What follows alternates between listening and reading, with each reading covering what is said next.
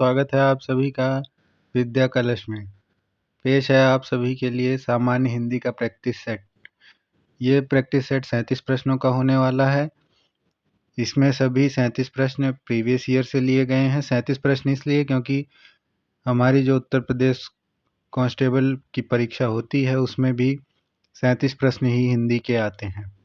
आइए देखते हैं प्रश्नों को। प्रश्न नंबर 1, किस वर्ष साहित्य अकादमी पुरस्कार नहीं दिया गया था? इसका उत्तर होगा सन 1962, ऑप्शन नंबर बी। सन 1962 में साहित्य अकादमी पुरस्कार नहीं दिया गया था। यह एक प्रतिष्ठित साहित्यिक सम्मान है। भारतीय संविधान की 8वीं अनुसूची में शामिल 22 भाषाओं के अलावा यह राजस्थानी और अंग्रेजी को मिलाकर कुल 24 भाषाओं में प्रदान किया जाता है। यह पुरस्कार पहली बार 1955 में दिया गया था।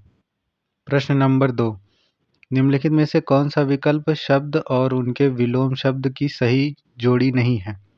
ऑप्शन नंबर ए राग विराग, ऑप्शन नंबर 2 व्यष्टि समष्टि, ऑप्शन नंबर 3 बच्चा जवान, ऑप्शन नंबर 4 उत्तम अधम। इसका ऑप्शन होगा ऑप्शन नंबर 3 उत्तम अधम। प्रश्न नंबर 3, निम्नलिखित में से कौन सा कवि भारतेंदु युगीन नहीं है? बद्री नारायण चौधरी, प्रेमघंट, ठाकुर जगमोहन सिंह, पंडित अंबिका दत्त व्यास, श्रीधर पाठक। इसका सही जवाब है ऑप्शन नंबर डी श्रीधर पाठक। श्रीधर पाठक भारतेंदु युगीन नहीं है, बाकी सभी भारतेंदु युगीन कवि हैं। क्वेश्चन नंबर 4, पयोधी, सिंधु, वारिद किसके पर्यायवाची हैं? इसका सही जवाब होगा ऑप्शन नंबर बी समुद्र। पयोध, सिंधु, वारिस आदि समुद्र के पर्यायवाची शब्द हैं। मेघ के पर्यायवाची जलधर, वारिद, बादल, नीरद, अम्बुद। नदी के पर्यायवाची तनुजा, सरिता, अपघा, निम्नगा, तरिणी, सरी। गंगा की पर्यायवाची है मंदाकिनी, भागीरथी, विष्णुपदी, देवपगा, देवनदी आदि। प्रश्न नंबर 5, निम्नलिखित वाक्य में आए खाली स्थान के लिए सही शब्द चुनिए। अभिषेक डैश डैश घर चला गया। इसका सही जवाब है ऑप्शन नंबर बी अपने आप। प्रश्न नंबर 6, सन 2019 में व्यास सम्मान किसे प्रदान किया गया था? इसका सही जवाब होगा option number A Nasira Sharma. सन 2019 में व्यास सम्मान नासिरा शर्मा को कागज की नाव रचना के लिए प्रदान किया गया था। व्यास सम्मान भारतीय साहित्य में दिए जाने वाले ज्ञानपीठ पुरस्कारों के बाद दूसरा सबसे बड़ा साहित्य सम्मान है। इस पुरस्कार को 1991 में के बिरला फाउंडेशन ने प्रारंभ किया था। क्वेश्चन नंबर 7, निम्न में से कौन सा शब्द तत्सम शब्द है? इसका सही जवाब होगा ऑप्शन नंबर ए उज्ज्वल। प्रश्न नंबर 8, वाक्य में काम करने वाले को क्या कहते हैं? इसका सही जवाब होगा ऑप्शन नंबर ए कर्ता। वाक्य में काम करने वाले को कर्ता कहा जाता है तथा जिस पर क्रिया का प्रभाव पड़े उसे कर्म कहते हैं। प्रश्न नंबर 9, निम्नलिखित में से आए खाली स्थान के लिए सही शब्द चुनिए। गिलास तोड़ना, खाली स्थान के जगह आएगा ऑप्शन नंबर सी किसने। गिलास किसने तोड़ा। प्रश्न नंबर 10, पुरुषोत्तम अग्रवाल को उनकी किस रचना के लिए देवी शंकर अवस्थी स्मृति सम्मान प्रदान किया गया? इसका सही जवाब होगा ऑप्शन नंबर बी तीसरा रुख। पुरुषोत्तम दास अग्रवाल को उनकी रचना तीसरा रुख के लिए 1996 में देवी शंकर अवस्थी स्मृति सम्मान प्रदान किया गया। प्रश्न नंबर 11, लोकोक्तियाँ और उनके सही अर्थ वाले जोड़े के विकल्प की पहचान कीजिए। चित्त भी मेरी पट भी मेरा, चोर की दाढ़ी में तिनका, नाच न जाने आंगन टेढ़ा, नेकी कर दरिया में डाल। इसका सही जवाब होगा ऑप्शन नंबर डी। चित भी मेरी पट भी मेरा का मतलब है दोनों ओर से लाभ। चोर की दाढ़ी में तिनका, अपराधी भयभीत रहता है। नाच न जाने आंगन टेढ़ा अर्थात अयोग्यता का दोष दूसरों को देना। नेकी कर दरिया में डाल अर्थात भला करके भूल जाना चाहिए। प्रश्न नंबर 12, निंदा का विलोम शब्द। निंदा का विलोम होगा स्तुति, ऑप्शन नंबर ए। प्रश्न नंबर 13, भारतीय संविधान में 22 भाषाओं को आधिकारिक भाषा का दर्जा दिया गया है जिनमें यह भाषा शामिल नहीं है। इसका सही जवाब होगा option number D Bhojpuri. Bhojpuri 22 भाषाओं में शामिल नहीं है। 22 भाषाएं आप सभी को याद होनी चाहिए, जो कि मैप से याद करना ज़्यादा आसान होता है। रटने से याद नहीं होंगी, अगर आप मैप से याद करेंगे तो ज़्यादा आसान होगा। प्रश्न नंबर 14, जिस पर क्रिया का प्रभाव पड़े उसे क्या कहते हैं? जिस पर क्रिया का प्रभाव पड़े उसे कर्म कहते हैं। क्वेश्चन नंबर 15, निम्नलिखित वाक्यांश में अपादान कारक प्रयुक्त हुआ है, उस वाक्यांश की पहचान कीजिए। श्याम का घर पेड़ से गिर पड़ा, कुर्सी से नीचे, आरी से काटो।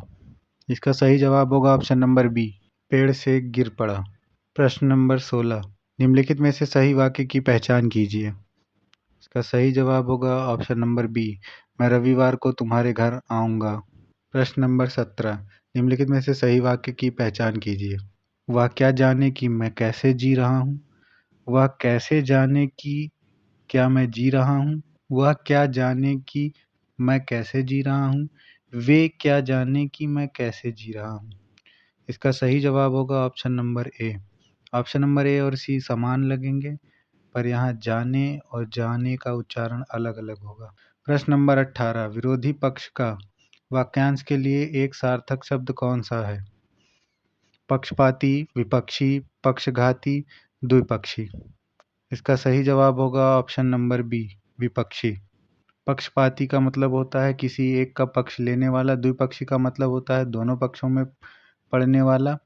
प्रश्न नंबर 19, वधोत्सव का संधि विच्छेद रूप क्या है।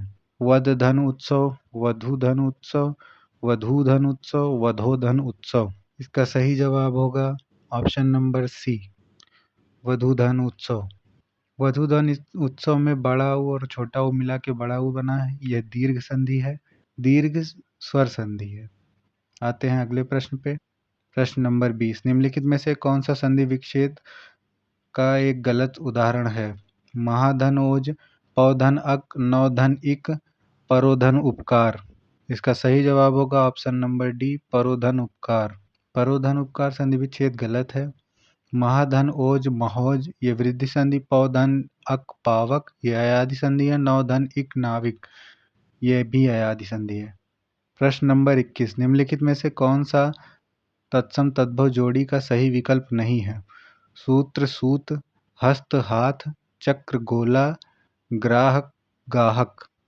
इसका सही जवाब होगा ऑप्शन नंबर सी, चक्र गोला। प्रश्न नंबर 22, सुधी मनीषी बुध निम्नलिखित में से किसके पर्यायवाची शब्द हैं।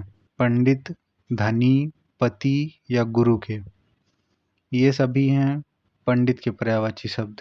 अन्य पर्यायवाची शब्द हैं गुरु का शिक्षक, आचार्य, उपाध्याय, पति का भर्तार, वल्लभ, स्वामी, प्राणधार, प्राणप्रिय, प्राणेश, आर्यपुत्र, धनी का, अमीर, मालदार, रईस, दौलतमंद, धनवान। प्रश्न नंबर 23, बाग बाग होना मुहावरे का सही अर्थ होगा।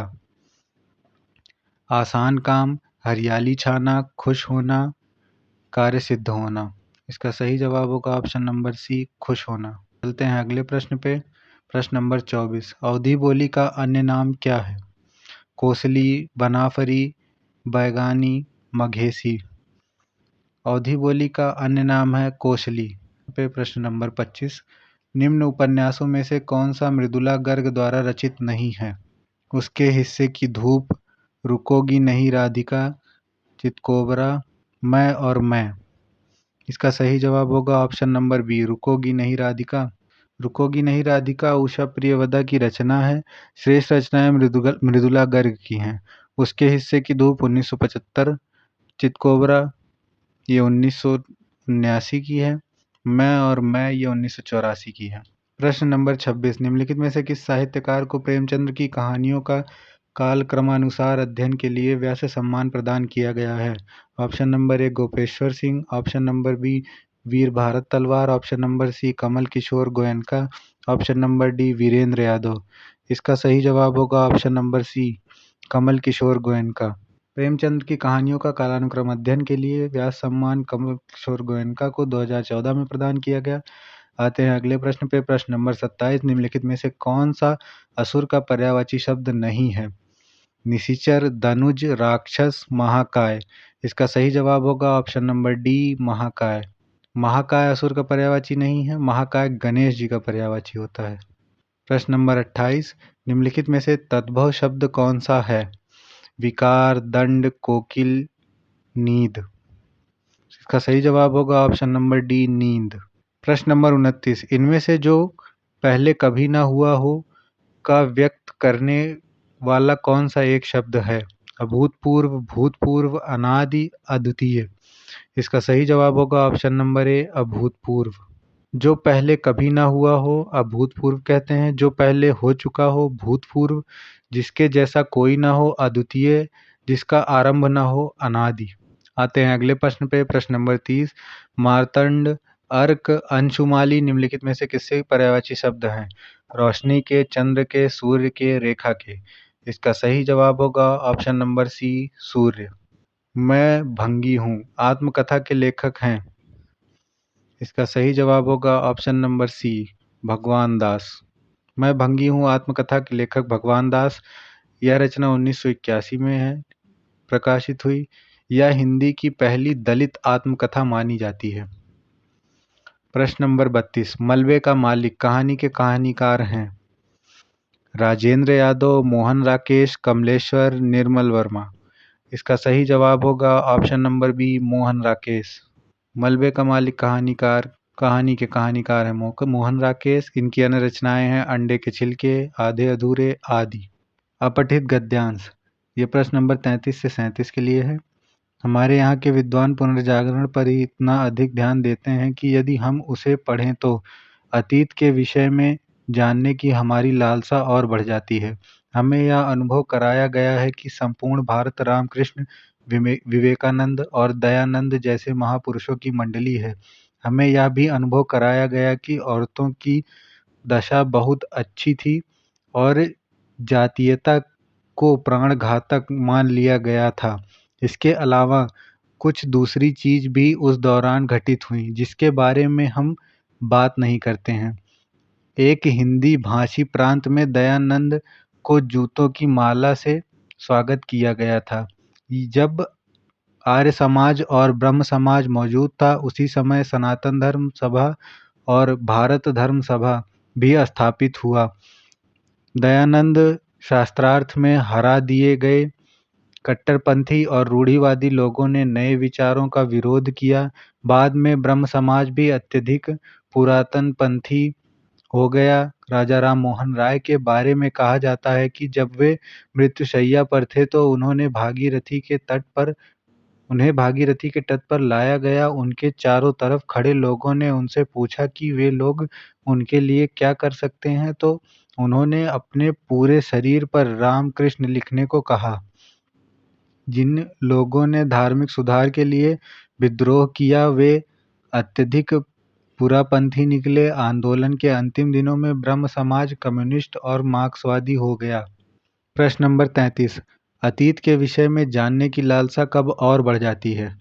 ऑप्शन नंबर ए, ब्रह्म समाज के विचारों को पढ़कर, आर्य समाज के विचारों को पढ़कर। ऑप्शन नंबर सी, विवेकानंद के विचारों को पढ़कर। ऑप्शन नंबर डी, भारतीय विद्वानों के पुनर्जागरण संबंधी विचारों को पढ़कर। इसका सही जवाब होगा ऑप्शन नंबर डी, भारतीय विद्वानों के पुनर्जागरण संबंधी विचारों को पढ़कर। Question number 34। जूतों की माला से किसका स्वागत किया गया था? इसका सही जवाब होगा ऑप्शन नंबर ए, दयानंद। बाद में कौन सी संस्था अत्यधिक पूरापंथी हो गई? सनातन धर्म सभा, रामकृष्ण परमहंस मिशन, ब्रह्म समाज, भारत धर्म सभा। इसका सही जवाब होगा ऑप्शन नंबर सी, ब्रह्म समाज। आते हैं अगले प्रश्न पे, प्रश्न नंबर 36। ब्रह्म समाज के संदर्भ में असत्य कथन है। बाद में बहुत सारे ब्रह्म समाजी मार्क्सवादी हो गए थे। ब्रह्म समाज की स्थापना दयानंद सरस्वती ने की थी। बाद में ब्रह्म समाज भी अत्यधिक पूरापंथी हो गया। अंतिम दिनों में ब्रह्म समाज के अनुयायी हठधर्मी हो गए थे। इसका सही जवाब होगा ऑप्शन नंबर बी, ब्रह्म समाज की स्थापना दयानंद सरस्वती ने की। प्रश्न नंबर 37। निम्नलिखित में से कौन सा विद्वान शास्त्रार्थ में हार गया था? Option number A, Vivekananda. Option number B, Ramakrishna Paramahamsa. Option number C, Raja Ram Mohan Roy. Option number D, Dayanand. इसका सही जवाब होगा ऑप्शन नंबर डी, दयानंद। धन्यवाद साथियों, ये थे आज के प्रैक्टिस सेट के 37 प्रश्न। अगर आपको अच्छे लगे हों तो वीडियो को लाइक करिए, शेयर करिए, सब्सक्राइब करिए हमारे चैनल को। तो जुड़िए हमारे परिवार, हमारे चैनल, आपका परिवार है विद्या कलश से। धन्यवाद।